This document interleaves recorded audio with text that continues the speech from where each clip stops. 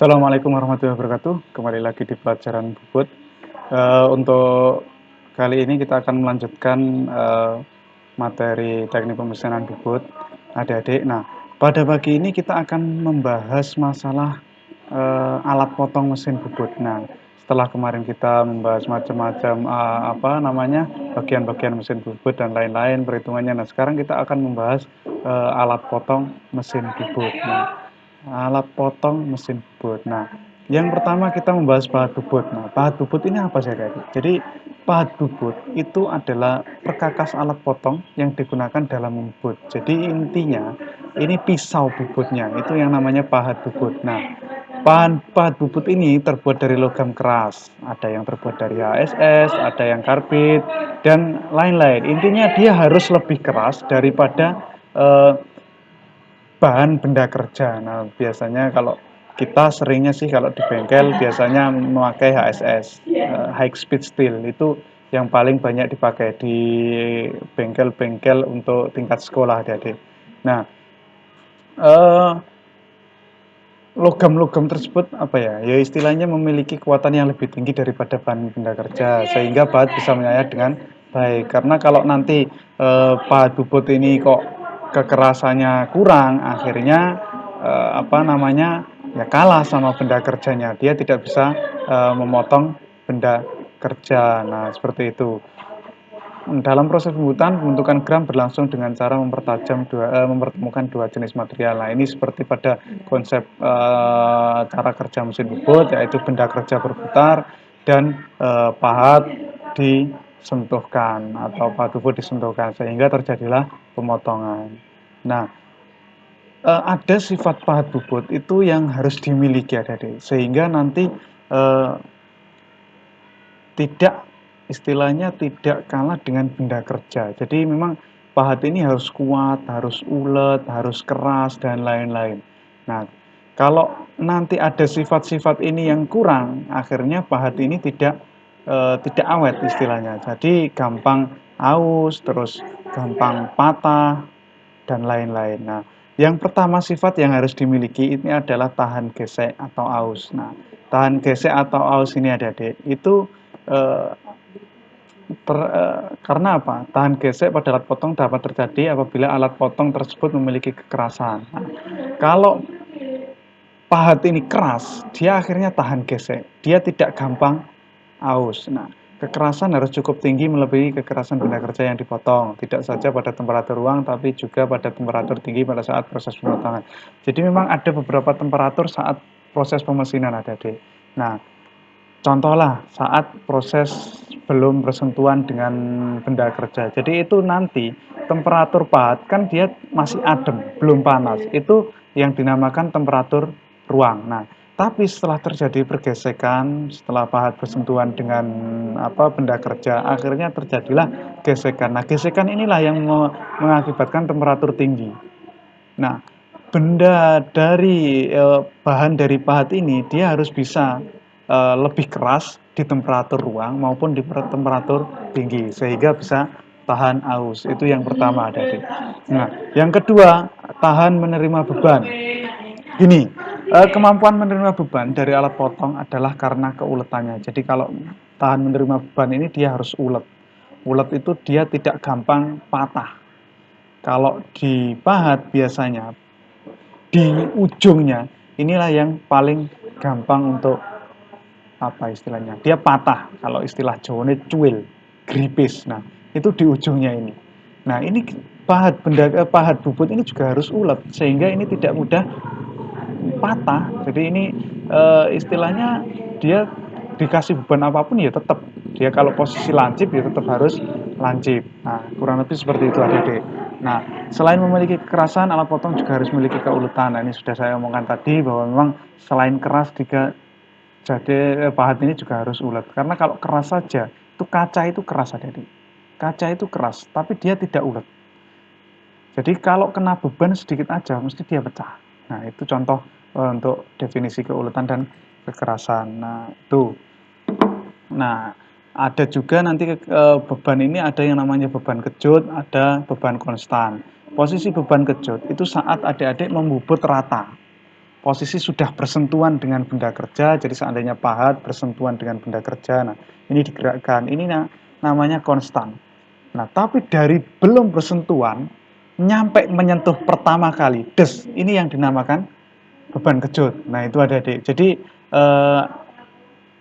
harus bisa menahan beban kejut maupun beban konstan. Pahat bubut juga harus bisa seperti itu. Nah, tuh, yang ketiga tahan getaran. Nah, pada proses gesekan atau proses pemotongan mesin, nah itu kan terjadi gesekan. Nah, gesekan itu mesti terjadi getaran, istilahnya bergetar.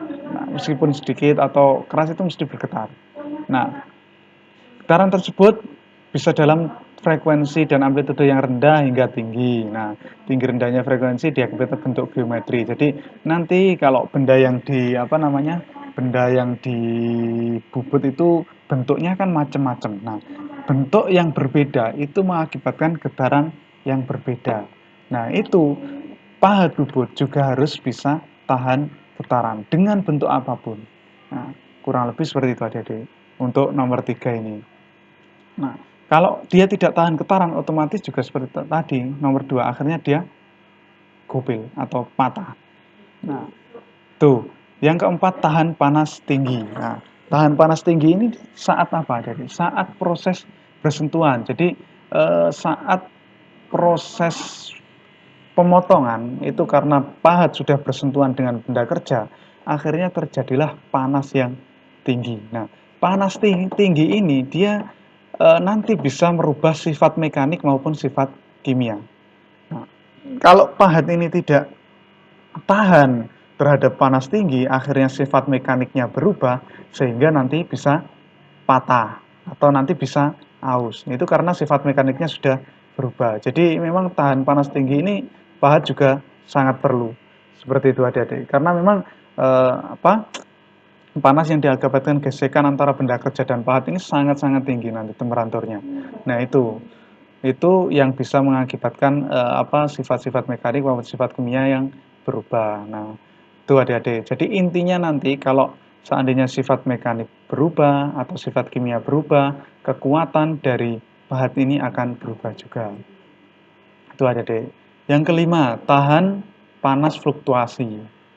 Nah, ketahanan pahat terhadap panas fluktuasi termal ini diperlukan saat terjadi perubahan temperatur yang cukup besar secara berkala atau periodik. Nah, proses istiwa ini sangat sering terjadi pada mekanisme proses pemesinan dan perkakas. Jadi memang kadang proses pemakanan itu dengan bentuk yang berbeda itu panasnya bisa atau gini. Kadang itu benda kerja itu kekerasannya tidak sama, jadi dalam satu benda kerja itu mungkin karena prosesnya atau apa, jadi kekerasan dari sentimeter pertama ya mungkin ke sentimeter pertama kedua atau milimeter pertama ke milimeter berikutnya itu kadang tidak sama. Nah, ini ya yang namakan fluktuasi termal atau panas yang berfluktuasi, panas yang berubah-ubah. Nah, ini harus bisa tahan juga terhadap ini, pahat bubut. Spesifikasi pahat bubut harus bisa tahan juga untuk panas ini. Nah, itu adik-adik. Nah, yang keenam tahan karat. Nah, saya kira adik-adik sudah paham kalau masalah karat ini kalau orang Jawa ngomongnya tiengen. Kalau kalian adik-adik biasanya ngomong tiengen. Nah, karat ini juga sangat berbahaya adik-adik karena umumnya memberikan dampak negatif terhadap material logam. Jadi karat terhadap material logam itu nanti bisa mengurangi kekuatannya. Jadi oksidasi akan mengakibatkan logam lapuk dan terdegradasi. Nah, kalau sudah terdegradasi akhirnya pahat ini juga nanti gampang aus, merubah bentuknya berubah. Nah, seperti itu. Nah, tahan karat ini dimaksudkan agar pahat tidak mudah berubah dan tetap pada bentuknya. Itu adik-adik untuk nomor 6. Nomor 7, mempunyai koefisien muai yang rendah. Nah, ini juga hubungannya dengan panas akibat gesekan. Jadi panas itu nanti bisa berakibat banyak dan kalau pahat bubut tidak siap dengan itu atau memang spesifikasinya tidak memenuhi ya akhirnya gampang aus atau gampang patah. Nah, contohnya nomor 7 ini. Mempunyai koefisien muai yang rendah itu maksudnya gini. Karena tadi pergesekan benda kerja dengan alat potong itu sehingga menaikkan temperatur jadi tinggi, jadi panas banget itu benda kerja maupun pahat itu jadi panas. Nah, kalau koefisien muanya rendah, ini dia menghindarkan gram dari benda kerja itu menempel di ujung alat potong. Nah, kalau gram dari benda kerja itu menempel di ujung alat potong, itu artinya nanti alat potong sudah tidak sesuai lagi bentuknya, bentuk ujungnya, sehingga pemakanan ya bisa kurang tajam dan lain-lain. Nah, koefisien muai yang rendah itu bisa menghindarkan itu. Jadi gram yang panas itu tidak mudah menempel di ujung pahat. Yang terakhir ini adik-adik, jadi ada 8, ini yang terakhir. Jadi mempunyai sifat adhesif yang rendah. Oh, kurang satu lagi.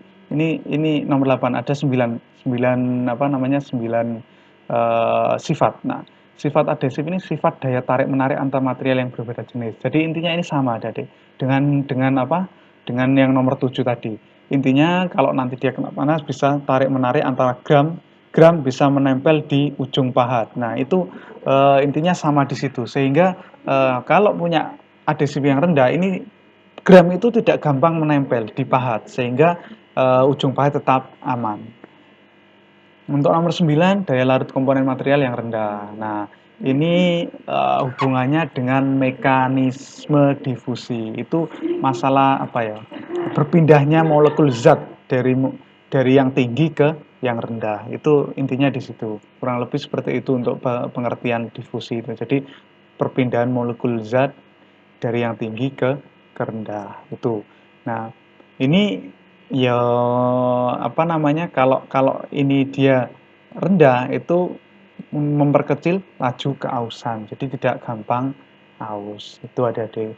Jadi memang itu 9 untuk sifat-sifat yang harus dimiliki oleh pahat bubut sehingga dia bisa tahan dan kuat, istilahnya seperti itu.